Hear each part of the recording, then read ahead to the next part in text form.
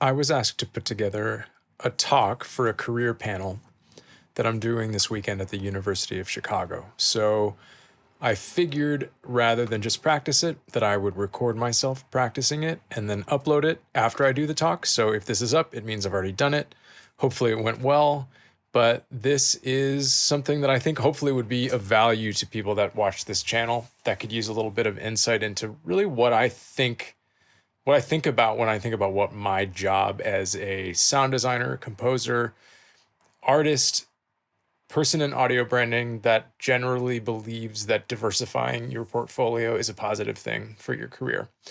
So, with that in mind, let's kick it off here. So, I'm Joel Korlitz, and if you look me up, this is what you're going to see. So, this is my portfolio. I'm a composer. For the last 15 or so years, I have been working mostly, but not exclusively, in video games. I've composed 3 games that made it to #1 on Steam within the last 5 years. It may be 4 if Death Stranding did. I'm not sure if it did, but I've composed 4 AAA games, including Halo, Mortal Kombat, Sonic the Hedgehog, Death Stranding, and indie games Eastward, Gorogoa, The Unfinished Swan, The Last Clockwinder. One of those was Apple's iPad Game of the Year in 2018. One was MetaQuest's Game of the Year in, I think it was 2023. It may have been 2024. I also am the creative director for a new audio branding agency that I launched called Starling with my partner, Colin Coogan, who is a brilliant strategist that I've worked with for years as a designer.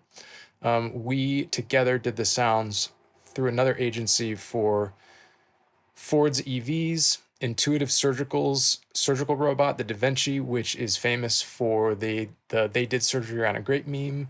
I did all the sounds for that. And we decided last year, hey, we really like working together. Let's start a new agency and do more of that kind of work. So that's day to day a lot of what I would constitute as, or what I'd consider constitutes my day job, so to speak. I also am an artist. I release dance music. Dance music brought me to learning how to create sounds and synthesis. And dance music is really what brought me to being a composer. So it's really creatively satisfying at this point in my career to release just my own music as an artist. And I've been lucky enough to do that on Mousetrap, which is the label founded by Deadmau5. I also, just a couple weeks ago, played a set I opened. I was the opening DJ for a Deadmau5 show at Miami Music Week. So that was super exciting, creatively really satisfying. So the question now I'm going to pose to the audience, which of course is not here on YouTube, but well, you are, but you just can't respond in real time, is what's my job? With all that in mind, what's my job? And obviously a little bit of this is a trick question that I want everyone to play into, because what I'm hoping people think is, well, of course, your job is to write music. Your job is to create sounds. And of course, then I get to have a big satisfying reveal and say that no, it's not. And these are the misconceptions that I think lead to thinking that my job is about making music, because music is my output. It is the thing that I make that people hear. So it is a very logical assumption to think that, oh, okay, you're a musician, you make stuff, I hear it on Spotify or in a video game or whatever, your job is making music. So the idea is, okay, oh, the job is making great music because that's what it takes. And it leads people on this path to think, okay, then what I need to do is get good enough. Like, I need to get good enough to get work. And in order to get work, I need a great portfolio. And in order to get a great portfolio, I need to hone my skills. And so they go and they learn skills. The problem here, and this is something that nobody talks about, is that nobody really looks at your portfolio. People do not spend time with your portfolio because they don't really care about the quality of the work on your portfolio. They really care about what your portfolio says about your ability to be trusted. So when people go and learn skills, really what they should do is go and learn how to get people to trust them. But a lot of people think, I got to hone my skills. I need to learn skills. I'm going to take a course, or I'm going to go to school. And I already I did a strike through here, but I already talked about all that. Let's skip right to the next slide, which is I know a lot about teaching skills because I am also a teacher. I have taught at Columbia's music composition for the screen MFA program for the last 8 years.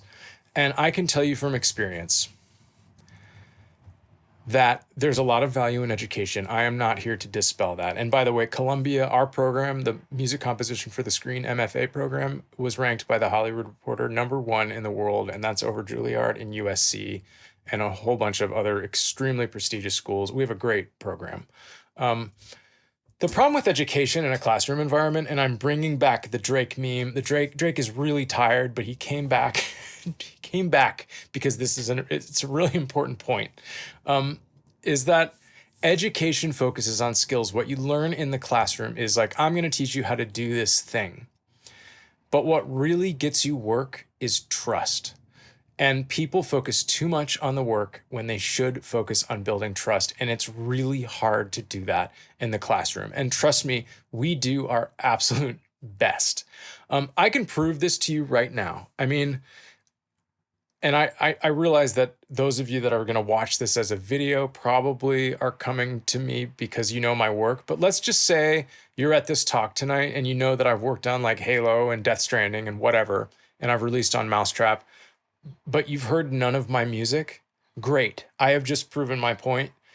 Even if you've heard none of my work and it seems like I know what I'm talking about, which hopefully I do a little bit, the reason you're listening to me is because you trust what I'm saying. So the real question is, all right, well, how do you create trust? You solve problems. And that's what you do as a composer. You even do it a little bit as an artist, but the idea is as a composer, you are contributing to something that is bigger than just your music.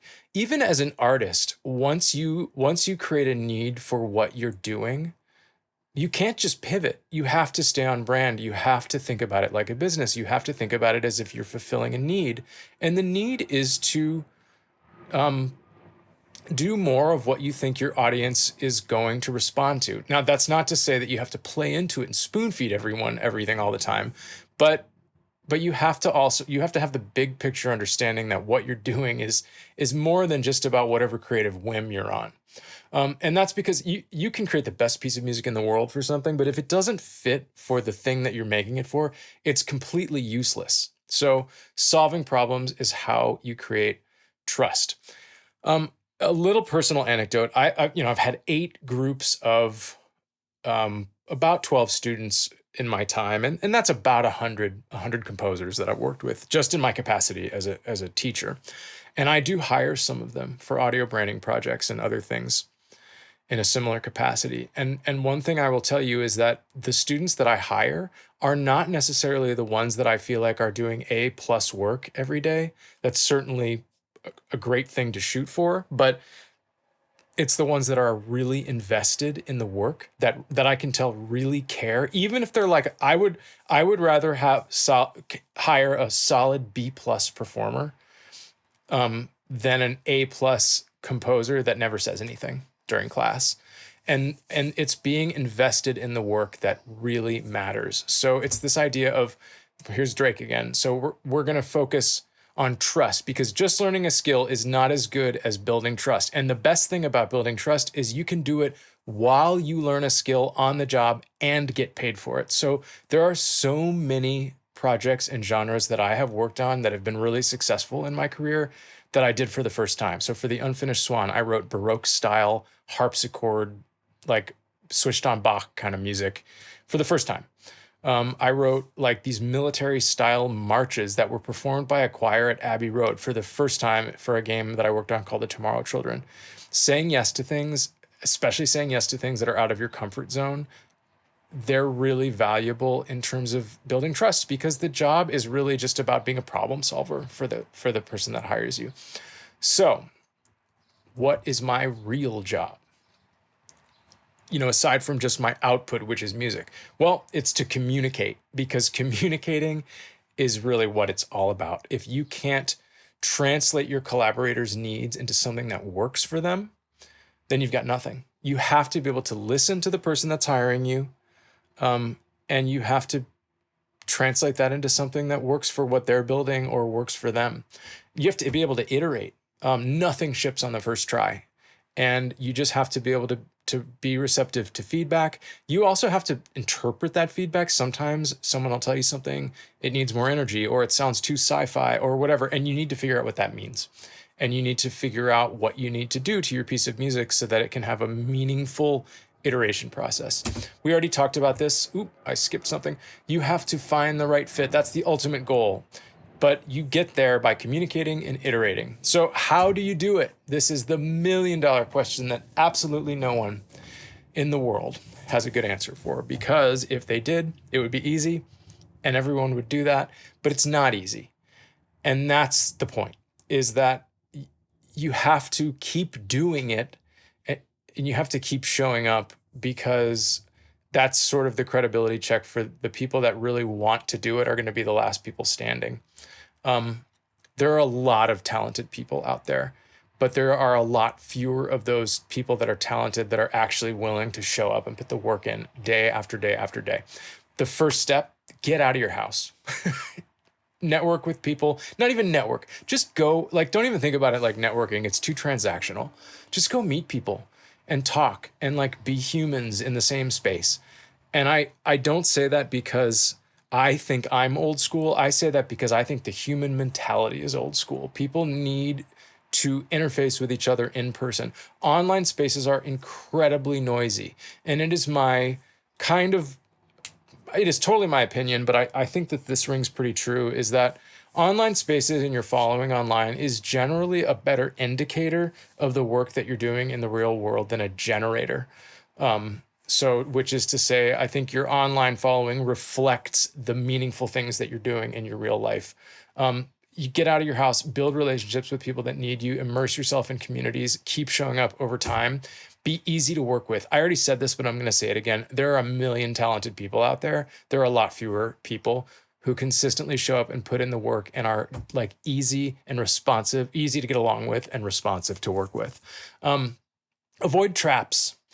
Don't focus on gear and tools. Focus on what you want to make. Focus on what you want to say. It's so easy to get pulled down the rabbit hole of like this tool versus this tool. And really the analogy that's helped me the most is think about like if you're an electronic musician and you buy synths or plugins or whatever, literally think about it like buying a hammer from the hardware store. Think about it like, I need a hammer to hammer in nails and I don't have one. And it is okay to get excited about buying a new hammer. That's fine. But as soon as you're like, well, this hammer costs twice as much as this one, but it does a better job at whatever, I think you've lost the plot at that point. Right now, we live in an age where we are so spoiled. There are so many amazing tools that, like, it doesn't matter whether you use tool A or tool B. Just use one of them and then focus on what you want to make. You make it work. Avoid perfection. Consistency is much, much, much more important than perfection. Perfection will kill you. I know like as a composer, I'm supposed to be like aim for perfection every time. And like we want our work to be good. So I think that just goes without saying, you have to do good work. But if you can get out of your own way and just be consistent, that's just going to be more valuable over time than trying to be a perfectionist. And the last thing, I've alluded to this already, you just keep showing up. None of this stuff's going to work on the first try. You're not going to be able to get out of your house once and make a meaningful connection. You might. You might. But really, just persistence, keep showing up. That is what's going to separate the people that are just kind of dabbling and that are not willing to put the work in to the people that are willing to put the work in. And that's it. So thanks for listening. And in this case, hit me up in the comments if you have any questions or comments.